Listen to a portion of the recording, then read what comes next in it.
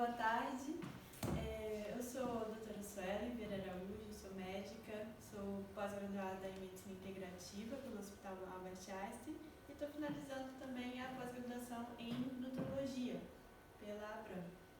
Então, essas são as minhas duas formações que são um pouquinho diferentes da medicina convencional. Sou formada pela Federal do Espírito Santo como médica em 2012 e de lá para cá eu tenho buscado formas diferentes de tratar o ser humano, formas que eu considero que sejam mais naturais, mais sustentáveis. E esse projeto é a Clínica de Longevidade. E a Clínica de Longevidade, ela começou já tem mais ou menos uns 2, 3 anos e vem todo esse conhecimento que eu aprendi. O Spa Maria Bonita, ele é um grande parceiro meu também, então muito das referências de alimentação que me fizeram abrir um pouco a minha mente sobre o que era bom, o que era saudável ou não também vieram a partir do spa. Então aqui a gente tem uma grande referência sobre alimentação e faz a gente repensar, sobre como é que a gente está agindo, como são essas atitudes para a nossa saúde. E a Clínica de Longevidade ela tem 4 pilares. O primeiro pilar da clínica é a autonomia. E a autonomia é aquilo que a gente precisa ter para cuidar de fato da nossa saúde. Autonomia, para ter autonomia, eu preciso de conhecimento. Se eu tomo atitudes, decisões da minha saúde sem conhecimento, eu posso estar me machucando. Então, eu preciso de adquirir conhecimento para conseguir de fato ter autonomia sobre a minha saúde, a sua, de todos nós. E esse é um dos princípios também da medicina integrativa, onde é diferente da medicina convencional, porque na medicina convencional o médico ele é como se fosse um impositor. O médico disse que você tem que fazer isso e pronto, vamos fazer isso sem entender o que está acontecendo. E na medicina integrativa não, o médico ele é um consultor. Eu vou ao médico, alguém que sabe de algo que eu não sei, e vou conversar com ele o que pode ser bom para a minha saúde. E a partir daí tomar decisões. Mas o paciente, que deixa de ser um paciente, agora é um parceiro, ele é o responsável pela saúde, ele é o responsável pelo autocuidado, ele que busca informações para poder manter a sua saúde com médicos de diversas especialidades, mas ele é o grande responsável pelas atitudes que vão manter a saúde ou não. Então, é a gente que está no controle. Isso é autonomia. Autonomia só vem com conhecimento. E uma vez que a gente tem autonomia, a gente descobre, se empodera para cuidar da nossa própria saúde, uma das coisas que a gente precisa fazer é aprender a monitorar. Monitorar o corpo. Monitorar exames, que é o que o médico faz, Então você vai no exame, vai no médico, ele vai olhar exames e vai dizer se você está melhorando ou se você está piorando ou se você já tem uma doença. Mas por que não a gente aprender a monitorar alguns marcadores também do nosso corpo para saber aonde é que está desandando, Então o monitoramento é o segundo pilar. Então com conhecimento eu posso monitorar. Um grande exemplo disso é o peso. Então, se eu aprendo a monitorar o meu peso como uma observadora, eu vou ficar mais consciente para tomar atitudes que vão manter o meu peso ou reduzir o meu peso, Então, monitoramento. O próximo passo é a evolução. Uma vez que eu reconheço que algo está acontecendo de errado, que a minha saúde está caminhando para a perda dessa saúde, eu posso evoluir. Evoluir em atitudes, em hábitos, que possam fazer com que eu mantenha a minha saúde por mais tempo. E assim, com essa autonomia, com o monitoramento, com a evolução, a gente alcança uma longevidade sustentável. O que é isso? Então, todo esse conhecimento é para que a gente tenha a capacidade de viver por mais de 100 anos. E aí, quando a gente pensa viver 100 anos, muitas pessoas vão chegar para mim e vão dizer, não, eu não quero isso. Eu não quero viver 100 anos. Porque na nossa mente, a gente pensa que o envelhecimento ele cursa com perda de autonomia, com perda de função. Então, ficar acamado, ficar com muitas doenças, com baixa qualidade de vida. E não é nada disso que eu estou falando aqui. Todo esse conhecimento é para que a gente estenda a nossa vida com saúde. para que a gente, com o envelhecimento, a gente envelheça com saúde, mantenha sonhos, realizando projetos, tendo toda a energia e disposição que a gente tem agora. Então, essa que é a meta. E assim, com esse pensamento, com essa possibilidade, assim a gente consegue evoluir. Evoluir através da autonomia e do monitoramento, para manter essa saúde por mais tempo de uma forma sustentável.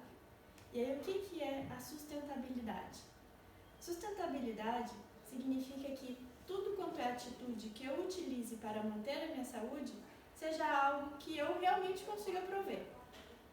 Algo que não vai daqui a 1 ano, 2 anos eu não consigo mais fazer. Ou então algo que eu condicione a minha qualidade de vida a, por exemplo, um medicamento específico. Então, estou hipertensa, vou começar a tomar um remédio. Eu não mudei, eu não evoluí. Eu simplesmente comecei a tomar um medicamento. Então, isso não é sustentável. A sustentabilidade fui diagnosticado com hipertensão ou obesidade ou um outro tipo de doença crônica, a gente entende que isso aconteceu por conta de hábitos e estilo de vida e começamos a evoluir esses hábitos e estilo de vida para que não seja necessário manter o uso do medicamento por muito tempo. E nessa teoria, né, não é uma teoria, isso é uma realidade, na verdade, a gente observa então que eu estou dizendo que um remédio pode ser retirado. Eu estou dizendo que hipertensão pode ser revertido, que diabetes pode ser revertido, do mesmo jeito que uma pessoa com obesidade pode emagrecer. Então, até essas doenças que a gente considera incurável, na maioria do senso comum, elas não são incuráveis, elas podem ser revertidas. Obviamente não vai ser com uma pílula mágica, né? Então, a Sociedade Brasileira de Cardiologia já reconhece na sua última diretriz que a perda de peso é capaz de reduzir a pressão. Isso para mim é cura, né? Então, essa reversão, né, isso é muito importante porque a gente para de ficar na nossa mente de que agora eu tenho que tomar um remédio pro resto da vida e nada eu tenho para fazer. E essa é a autonomia que vem através do conhecimento, que é muito importante em clínica de longevidade, para que sim a gente consiga manter a nossa saúde por mais tempo, correto? Então, essa aqui é a página inicial do meu site da clínica de longevidade, né? E lá em cima você vê autonomia, monitoramento, evolução. Lá né? E autonomia, então, tem a ver com conhecimento. Então, no setor de autonomia, a gente vai encontrar textos, né, blogs, coisas educativas, e-books, para poder ensinar conhecimento que vai empoderar a gente a manter a nossa saúde, né? E monitoramento também são conhecimentos, mas o monitoramento é um conhecimento de objetividade. Então, eu posso sentir que eu estou bem hoje, eu posso sentir que amanhã eu estou melhor do que estou hoje, né? Só que a gente não tem memória nem para lembrar o que eu comi ontem. Então, a gente aprender a monitorar objetivamente a nossa qualidade de vida e marcadores que a gente tem no corpo, torna isso mais objetivo. Então, eu posso, por exemplo, aprender a monitorar em casa o pH da minha urina. Do mesmo jeito que a gente monitora o pH do aquário ou da piscina, o pH da urina também pode ser monitorado. E ele dá um resultado, ele dá uma informação que permite você saber se você está comendo comidas melhores ou se você precisa evoluir ainda mais na sua alimentação. O pH da urina mais alcalino vai aumentar a nossa expectativa de vida, porque vai diminuir as chances de incidência de doenças, como por exemplo diabetes, hipertensão, síndrome metabólica e obesidade, cálculos renais. Tudo isso vai ser menos propício de acontecer se a urina estiver mais alcalina e menos ácida. Então, tudo isso é um conhecimento que a gente pode aprender em cada pedacinho desse e daria mais 1, 2 horas de conversa, né? Mas, tira uma dúvida. O quê? O que deixa o pH alcalino? A alimentação. A alimentação que a gente tem aqui no spa, né, nesses 7 dias de spa, é uma alimentação Então, saladas, frutas, verduras, isso é o que vai deixar a alimentação, o pH da urina alcalino. Logo, o corpo humano também é alcalino e diminui as chances de doenças. Quanto mais industrializado o alimento, mais ácido, né? Quanto mais industrializado, mais ácido. Açúcar também? Açúcar depende, não é o açúcar em si. Eu vou explicar um pouquinho mais na frente como isso funciona. E a evolução, né? Então, a evolução é esse processo. Uma vez que eu tenho autonomia, que eu me conheço, que eu tenho conhecimento para me monitorar, eu vou observar a tendência. Está piorando ou está melhorando? Ah, se eu estou melhorando cada vez, ótimo. E se eu estou piorando e não consigo ter conhecimento para evoluir sozinha, talvez esse seja o momento da gente procurar ajuda, né? Então, o profissional de saúde, ele está aí para poder te auxiliar a manter a evoluir, né? Esse é que é o objetivo da gente buscar um profissional que dê um conhecimento que a gente não tem. Então, como é que a gente aplica esse conhecimento, né? Esses pilares da clínica de longevidade em qualquer situação que a gente tem? Então, eu vou dar um exemplo aqui da massa muscular, composição do corpo. Então, hoje a gente sabe, né, esse estudo aqui, essa é uma reportagem recente, de julho agora, mostrando a importância de manter massa muscular para a longevidade. Então, aqui diz, né, que esse resultado aponta um risco de mortalidade de 63 vezes maior entre mulheres que têm menos massa muscular. Então, morre mais quem tem massa muscular. Isso não é só para massa muscular. Como eu falei, o pH da urina também. Quanto mais ácido, maior a mortalidade, maior a incidência de doenças. Então, existem vários... O colesterol. Quanto mais alto o colesterol, né, o colesterol total, maior a mortalidade por doença cardiovascular. Então, são vários marcadores que a gente conhece e que predizem, né, uma chance aumentada de adoecer e morrer, né? Então, massa muscular é uma delas. Então, isso já mostra que a gente tem que manter a nossa massa. E com o envelhecimento, a gente vai perdendo massa muscular. Essa é a composição corporal, né? Então, a gente tem músculo, gordura, água, ossos. Percebe que quando a gente vai no envelhecer, a gente vai perdendo osso da osteoporose. A gente vai perdendo massa muscular, a gente vai perdendo água também, a gente se desidrata e a gordura fica ali, né? A gordura... Principalmente depois da menopausa, né? Exatamente, a gordura se acumula. E a gordura se acumula. Então, essa composição corporal, ela deve ter relação com aquilo que a gente come. A perda de massa muscular, ela é descrita como sarcopenia. Esse é o nome médico que a gente dá para isso, né?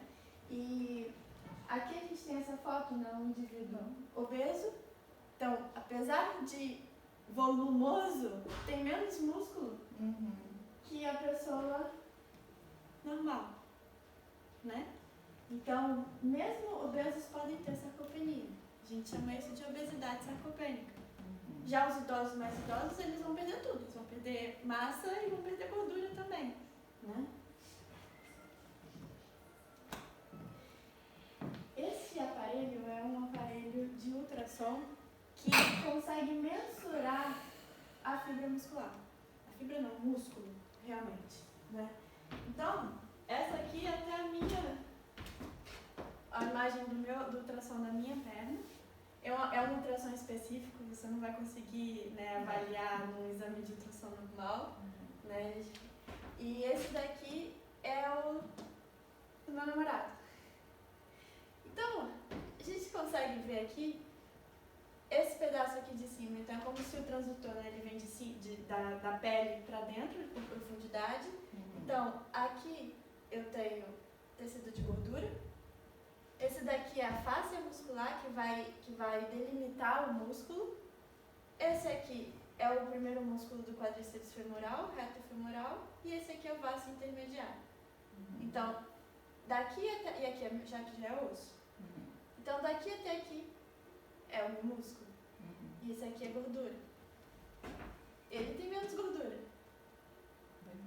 E tem mais músculo. Nossa, é homem. As mulheres têm menos. Né? Mas uma vez que eu tenho uma imagem dessa, eu agora posso monitorar. E eu vou observar o que vai acontecer. Obviamente, se eu ficar parada, isso vai piorar. Um paciente em CTI, quando fica internado, acamado no hospital, em 2 semanas ele perde mais de 40% da estrutura muscular. É muita coisa. Então, em compensação, se a gente quer ganhar massa muscular, a gente tem que malhar por 6, 7, 8 semanas para poder ganhar alguns milímetros de espessura nisso daqui. Então, é muito mais fácil perder do que ganhar.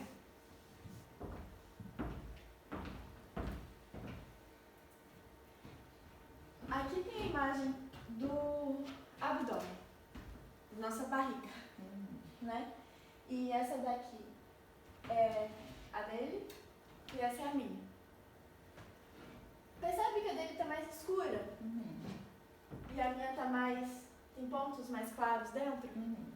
Isso significa que a qualidade do músculo dele é melhor do que a qualidade do meu músculo. Significa que eu tenho mais gordura entre os músculos que ele. Mesmo sendo magrinha, né? Mesmo sendo magro. Isso é uma questão de gênero mesmo? Não, isso não é uma questão de gênero, não. A mulher sempre vai ter mais. Vai ter mais. Mas isso significa que eu preciso melhorar. Entendi. Isso aqui meu pode melhorar com a minha atividade física, que é o que eu vou fazer. Esse é o primeiro. Eu espero que agora eu vou focar para poder melhorar, ter um melhor condicionamento para melhorar isso daqui. Isso é de quando? Esse daqui? É. Ué, esse foi de sexta-feira. Agora, esse é atual. Esse é atual, eu fiz anteontem. Eu fiz ontem, né? Não, fiz Foi anteontem. Anteontem. Fiz isso anteontem. Né? Então, é o que isso? Uma ressonância? Não. Isso é um ultrassom. Isso é um aparelho portátil que eu tenho na clínica, que eu utilizo para monitorar os meus pacientes. Né? Então, a gente aqui consegue ver se perdeu peso, está perdendo peso de quê? Perdendo peso de gordura, perdendo peso de músculo, porque ninguém quer perder músculo. A gente tem que perder gordura. E o músculo, ele tem que melhorar a qualidade dele também. Ficar com menos gordura intramuscular. Então, é isso que a gente consegue observar. E em pessoas que ainda estão mais, né, acima do peso, ainda aparece uma segunda camada de gordura dentro do músculo. E esse tecido ainda mostra, isso aí é um efeito ainda pior de inflamação do corpo. Então, tudo isso a gente pode observar, mas interessante observar e fazer realmente alguma coisa para poder melhorar. E é atividade física e alimentação. Porque a gordura em excesso não inflama, né? Exatamente, a gordura em excesso é inflamatória. Tanto que essa gordura abdominal em excesso, que a gente observa no ultrassom, ela tem associação com a síndrome metabólica. Síndrome metabólica é uma doença metabólica, né, que antecede esses montes de doenças crônicas que a gente conhece. Diabetes, hipertensão, obesidade. Então, tudo está, ácido úrico aumentado, tudo isso está relacionado também com a síndrome metabólica. Esteatose hepática, tudo isso. Então, a gente está falando da composição corporal. E da onde é que o corpo recebe tudo que vem? Do alimento que a gente consome, né? Então, a composição corporal tem relação com a composição do alimento que você consome, né? E aí, um pouquinho de composição nutricional, só para vocês terem uma noção, né? Que é muito importante isso. Isso é algo que a gente aprende na nutrição, na medicina, bem fraco também, mas os nutricionistas que sabem. Mas é algo que eu acho que todo mundo deve saber, né? Então, aquela informação lá da referência nutricional do alimento. Quem é que lê aquilo que está lá? Então, o alimento ele vai ter macronutrientes e micronutrientes. Macronutrientes, carboidratos, proteínas, gorduras, fibras e água. Micronutrientes, vitaminas e minerais, né? Na composição nutricional que a gente encontra, a gente não vai ter todas as informações. A gente tem algumas delas. Sempre a gente vai encontrar a quantidade de carboidrato, proteína, gordura. Às vezes eles separam as gorduras em saturadas, polissaturadas, né? Insaturadas, gorduras suco trans. de soja? Oi? Esse é um suco de soja? Não, esse daqui eu peguei um genérico só mesmo para mostrar, assim, para ilustrar, né? Esse daqui é um suco de laranja, concentrado de laranja, né? Fibra alimentar, geralmente vai aparecer a quantidade de sódio também na composição nutricional. Além disso, aparece um índice, que a maioria da gente conhece, que são as calorias. Né? A caloria é um índice nutricional que mensura a quantidade de energia que tem naquele alimento.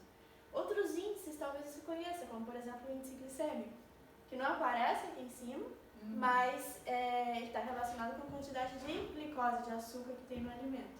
E um novo índice que é super importante e que quase ninguém ouviu falar é o PRAL, Potential Renal Acid Load. Esse índice você não vai encontrar nas referências nutricionais dos alimentos, mas ele está relacionado com a quantidade de ácido ou de base, né, ou alimento alcalino, que o alimento pode levar para o corpo após a digestão. Pode passar? Pode passar você. Ah, isso eu passo. Então, coloquei aqui uma imagem da internet sobre a comparação entre três pães de forma, né?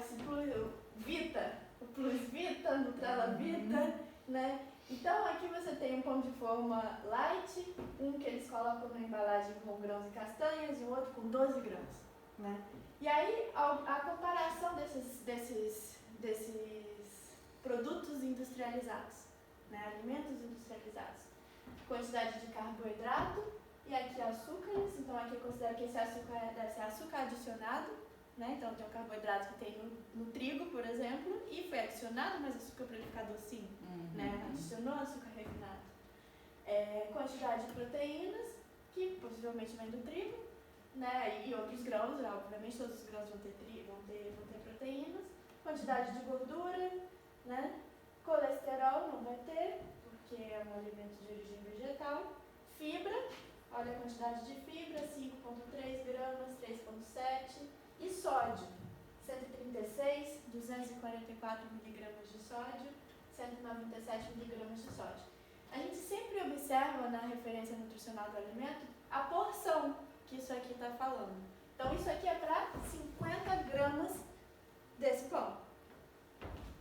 Só ficar com esses valores em mente, né? Então, 100 e pouco de sódio, 3 gramas de fibra e carboidrato 17. A gente sempre também entende que fibras alimentares estão dentro de carboidrato. A fibra alimentar, ela é uma subdivisão do carboidrato. Só que é um carboidrato que não é digerível. Então, o açúcar livre, ele vai ser carboidrato menos fibra. É isso que vai ser digerido pelo corpo. Agora, olha esse daqui. Esse daqui é o coentro. Olha a quantidade, isso para 100 gramas de coentro. É muito coentro, isso aqui é um tempero, né? A gente não vai comer 100 gramas de uma só vez. Mas eu coloquei para 100 gramas, porque a gente vai ver o outro também para 100 gramas. Então, a lá era 50, metade disso aqui seria para 50 gramas, para a mesma proporção. O coentro teria 9 de sódio, né? 9 de sódio teria 10 de proteína, metade, né? Esse aqui mostra que o coentro é altamente alcalinizante, muito alcalinizante. Os alimentos, eles giram em torno, aquele pão, ele gira em torno de mais 6. Então, mais 6 é ácido. Esse é menos 63. Então, esses temperos, eles são muito alcalinos, então a gente deve consumir. Olha a quantidade de magnésio. Geralmente, magnésio não vem na composição nutricional dos alimentos. Muito magnésio. Isso é ele cru ou ele cozido, essa capacidade? Ele é desidratado.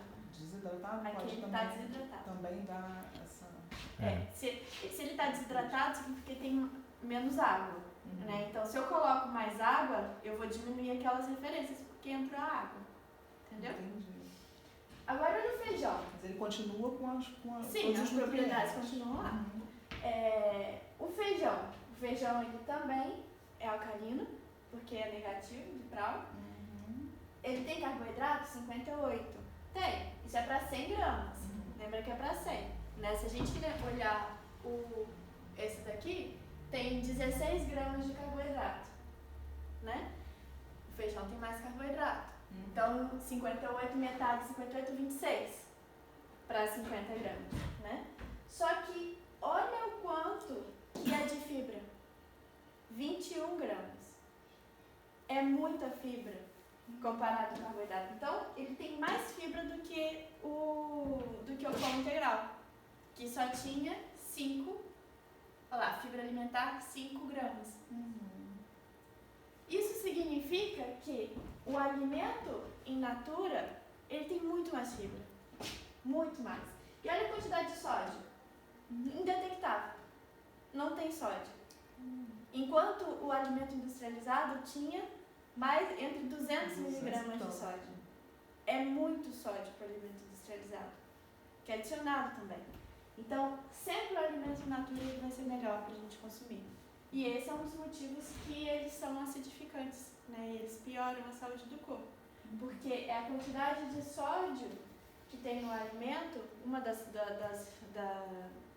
referências para saber se o alimento vai acidificar ou alcalinizar é a quantidade de sódio que tem no alimento.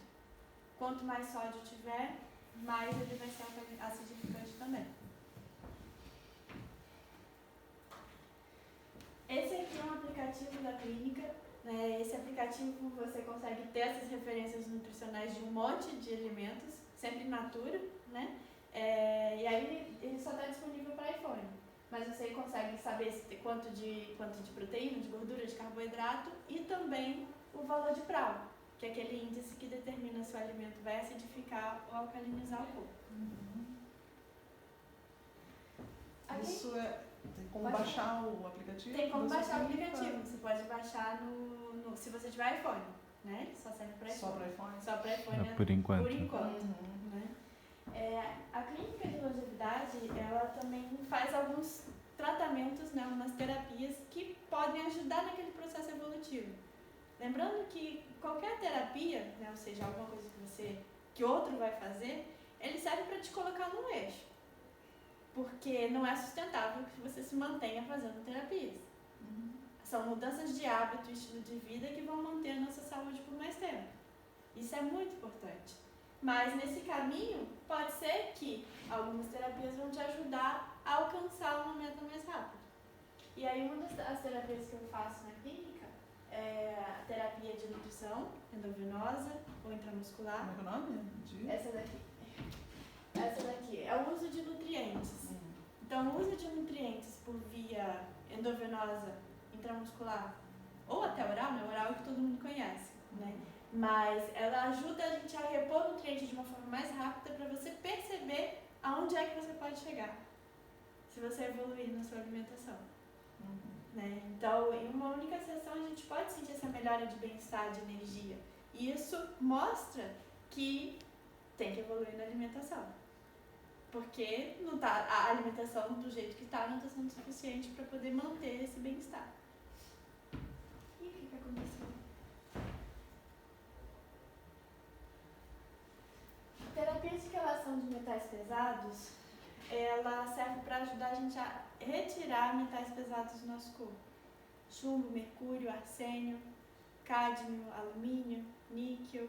Né? Esses metais, eles se acumulam e eles ficam lá dentro, né? E com o passar do tempo eles só vão se acumulando mais e mais e mais. E isso tem efeitos danosos para o nosso corpo. Desde dificuldade na produção de energia do corpo, né? Eles atrapalham o mecanismo de reparo do DNA. Isso propicia, né, a ter mais alterações genéticas no DNA, né?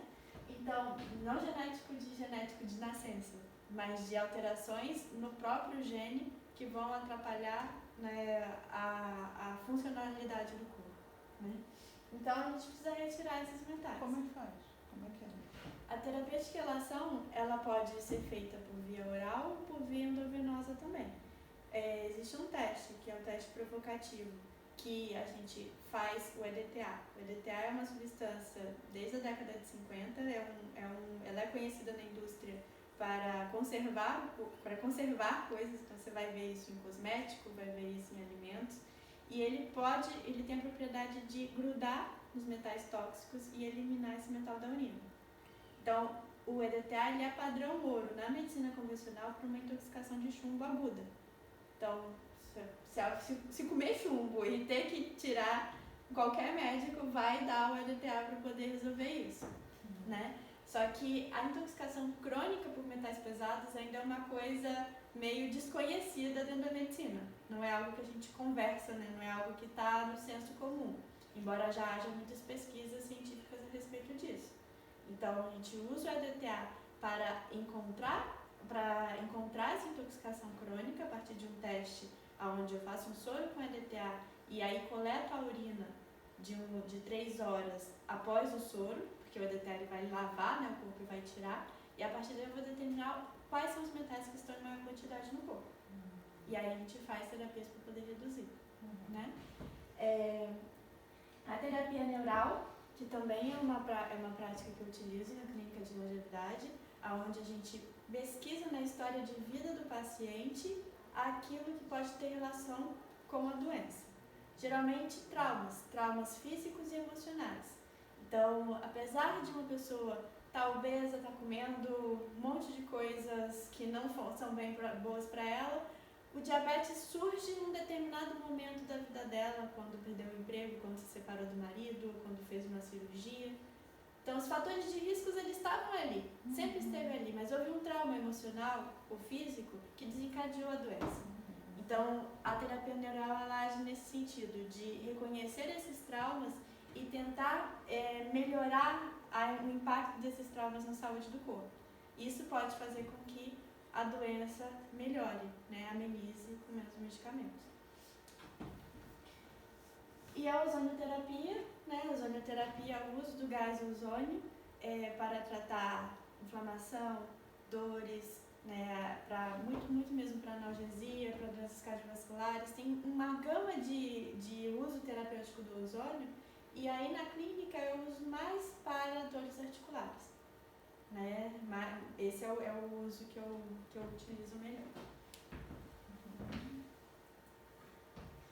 E para a gente finalizar, como eu falei, né, a longevidade está relacionada com autonomia e monitoramento. O monitoramento vai permitir que a gente mensure em determinado tempo, né, em intervalos de tempos específicos, como é que a gente está. Se a gente está evoluindo para melhorar ou se a gente está piorando. Né? Com um monitoramento adequado, eu consigo prever uma tendência de melhora ou piora. De forma que, se eu observo no intervalo de 6 meses uma piora da minha qualidade de vida, é muito pouco provável que eu esteja bem daqui a 5 anos. Do contrário, se eu observar em um monitoramento de a cada 6 meses que eu estou melhorando nesses parâmetros que eu estou observando, é mais provável que com o passar do tempo eu continue saudável. Né? Então, uma forma da gente começar esse monitoramento é através do questionário de qualidade de vida. Esse questionário é um questionário que foi criado pela Organização Mundial de Saúde para avaliar a qualidade de vida da gente. Né? E esse questionário está disponível no meu site, Clínica de Longevidade, lá no setor de monitoramento, em questionários, tem esse site, tem esse questionário, que em menos de 5 minutos você vai responder umas perguntas e ele vai te dar uma pontuação. E aí você tem aquela pontuação que é válida pela sua história, pela sua percepção de vida nas últimas 2 semanas. Então você ficou lá com aquela pontuação. Daqui a 1 mês, 2 meses você repete esse exame, como é que tá? Será que a pontuação está melhor ou está pior? Né? Então a gente sempre vai ter uma referência objetiva, mais objetiva, para poder analisar a qualidade de vida. É claro que o questionário é uma avaliação subjetiva, né? Individual, é o que você sente. Né? Então, se você sente que está bem, ele vai dizer, né, que você está bem. Mas assim a gente consegue avaliar também as nuances desse bem ou mal que você sente.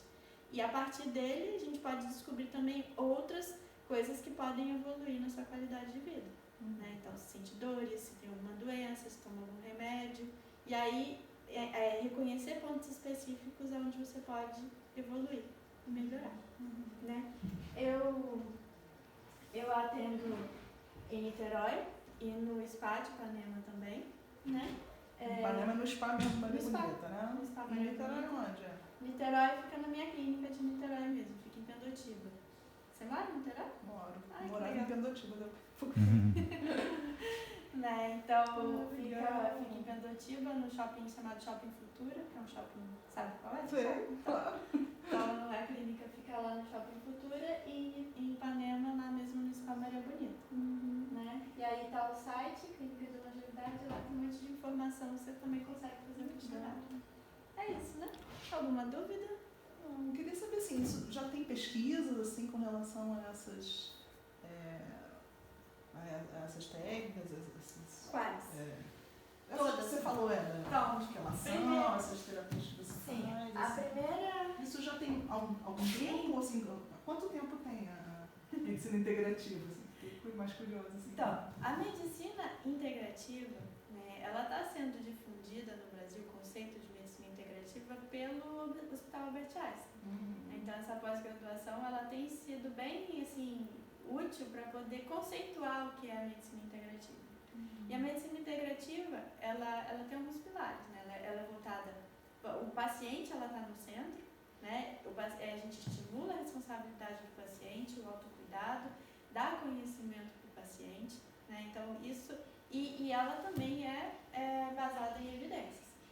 A medicina integrativa do Hospital Albert Einstein, ela está vindo mais para poder colocar, para validar e trazer mais benefício para o paciente com o uso de terapias que a gente chama de terapias mente-corpo, por exemplo. Então, como é que uma automassagem ou uma massagem, né, ou uma imposição de mãos do reiki, ou meditação, uma acupuntura, como essas práticas complementares, elas podem servir para integrar o tratamento médico convencional e trazer mais benefício para o paciente. E, obviamente, estão sendo feitos estudos científicos para poder mostrar que um paciente que tem quimioterapia, que recebe uma sessão de respiração e meditação durante os dias que está internado, vai precisar de menos analgésico do que aquele que não recebeu isso. Né? Então, esse é o foco maior da medicina integrativa, da forma que eu observei, que eu vi na pós-graduação. As terapias que eu falei aí, que eu uso em clínicas de longevidade, elas são terapias que podem ser complementares ao tratamento convencional. E geralmente elas vão ser complementares quando aquele tratamento convencional não está sendo suficiente para manter a qualidade de vida do paciente. Todas elas também têm trabalhos, né, tem estudos científicos falando sobre elas. Né? Então, na terapia de quelação de metais pesados, tem um monte de trabalhos relacionando intoxicação crônica de metais pesados com doenças sistêmicas como hipertensão arterial, por exemplo. Então, a gente já sabe que pessoas com hipertensão arterial têm mais chumbo, mercúrio e arsênio no sangue do que pessoas sem hipertensão arterial, né? Então, a gente tem esses estudos que a gente chama de estudos observacionais. E tem alguns estudos clínicos também, muito poucos. Então, o NIH, que é tipo um Ministério da Saúde americano, ele fez um estudo com pacientes com doença cardiovascular, né? Pacientes que já infartaram. E aí eles viram que nos pacientes que já infartaram e que têm diabetes, a terapia de quelação foi interessante para diminuir a chance de um novo infarto. Então, é assim que a gente faz ciência, né? A gente observa, a gente faz estudos clínicos.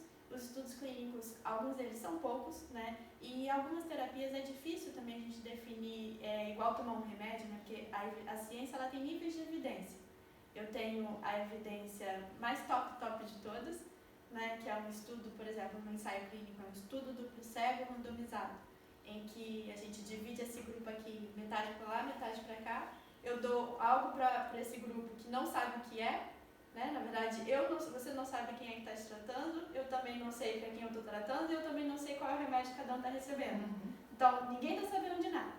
Como é que a gente vai fazer estudos desse tipo para validar alguns tipos de terapias? É mais complicado, né? A gente tenta em acupuntura fazer estudos, né, em que fala com o paciente que vai dar agulha, mas não dá agulha, né? Faz todo o ponto para dar agulha, mas assim, é bem mais fácil fazer isso e validar isso com um remédio, com uma pílula de farinha, do que com alguns tipos de terapias, principalmente aquelas que envolvem a história de vida do paciente. Né? Então, por exemplo, a terapia neural é bem mais difícil, porque Porque eu tenho que falar com o paciente, eu tenho que conversar sobre a história de vida dele para poder... Como é que funciona a terapia neural, por exemplo? Assim, qual é A terapia o neural... instrumento assim, que você usa? Deixa eu dar um exemplo da terapia neural, mas um caso clínico em terapia neural. Uma paciente chega me queixando-se de dores nas mãos. Então, dores nos dedos, que já com a articulação meio deformada, né? Então, característico de uma artrite reumatoide. Né? E aí eu pergunto para ela quando começaram as dores. E aí essa senhora ela me relata que as dores começaram na época, há mais ou menos uns 6 meses. Antes disso não tinha dores. E o que aconteceu nesse tempo? Ela disse que coincidiu com o tempo em que a morte o filho dela morreu. E aí ela contou uma história muito triste de como o filho dela morreu. Né? Que ele estava com a carteira do pai, que era policial, e aí ele foi abordado, e aí viram aquela carteira, mataram ele, torturaram ele. Ela contou uma história muito triste, chorando na minha frente, dizendo como é que foi a morte do filho dela. E aí eu pergunto nesse momento se ela sente a dor da morte do filho. E ela dizia que sim, que sentia essa emoção da dor da morte como uma facada no peito dela. Então, além da dor da artrite reumatoide que ela tinha uma dor emocional. E esse é o trauma que a gente trata na terapia neural. E aí a terapia neural, ela utiliza uma injeção de anestésico, né, que é a procaína, tradicionalmente, porque a terapia neural tem mais de quase 100 anos de existência, né, ela tem esse nome desde 1925, então a gente usa a procaína, por tradição, ou a lidocaína, que é um anestésico mais comum agora, né, e aí faz aplicações subcutâneas na área que está relacionada com o trauma. Então aí nesse caso eu fiz pequenas pápulas, que a gente chama, ou seja, infiltrações do anestésico na região do peito dela, onde ela sentia a dor da facada.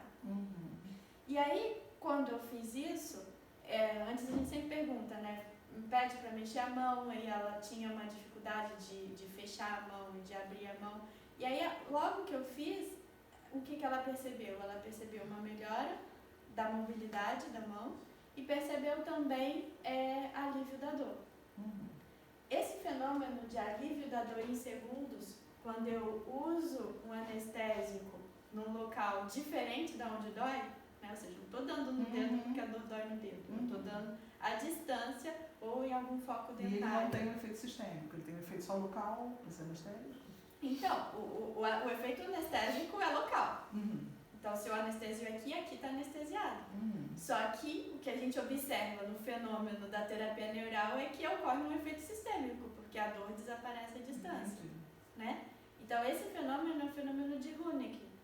Esse fenômeno ele foi descrito em 1940, que mostra exatamente isso, o alívio instantâneo de dores, fenômeno em segundos de melhora de dores, quando a gente encontra o local certo da onde aplicar o anestésico. Né? Então, se eu aplico o anestésico num sítio dentário, ele fica por no mínimo 12 horas, ou num sítio que seja, né, no corpo, por no mínimo 24 horas, sem dor. Então, quando a gente observa esse fenômeno de Runeke, quando um anestésico local, a procaína, ela só tem um alívio de dor, né, assim, o efeito anestésico dela mesma é 2 horas. Não vai passar disso, né? Então, como é que a dor pode ficar por 24 horas se o efeito anestésico da própria procaína no local só dura 2 horas? Então, são coisas que a gente não sabe. E aí como é que funciona a ciência por trás disso? A ciência descreve o fenômeno. Então, tem estudos publicados na Suíça mostrando esse efeito, né, da terapia neural no alívio de dores de pacientes. Né? Mas eles explicam, assim, a gente não conhece, do mesmo jeito que a gente não conhece todo o mecanismo de ação de muitas drogas que estão por aí. A gente sabe que funciona, mas não sabe como. Mas a gente utiliza. Né? Então, a falar, né, das evidências científicas é uma pesquisa. A gente busca e vai encontrar, né, que é o que eu faço, essa é a minha pesquisa. E aí eu tenho artigos, né, os artigos do blog publicados, onde eu explico, por exemplo, a terapia de quelação. Eu tenho um artigo lá E aí, durante o texto, eu vou linkando para os artigos científicos. Então, quem quiser, né, ir a fundo e fala inglês, ela pode já ir para os artigos que eu li para poder ver para poder, né, fazer o meu próprio texto. Né? Então, essa é a ideia da clínica. É para quem tem conhecimento, para quem quer conhecimento, para quem sabe o que quer. Né? Então, geralmente, os meus pacientes mais legais são aqueles que me encontraram por conta de um artigo que eu fiz, já sabem o que quer e buscam especificamente algo que eu ofereço que eles não podem conseguir sozinhos porque eles não são médicos.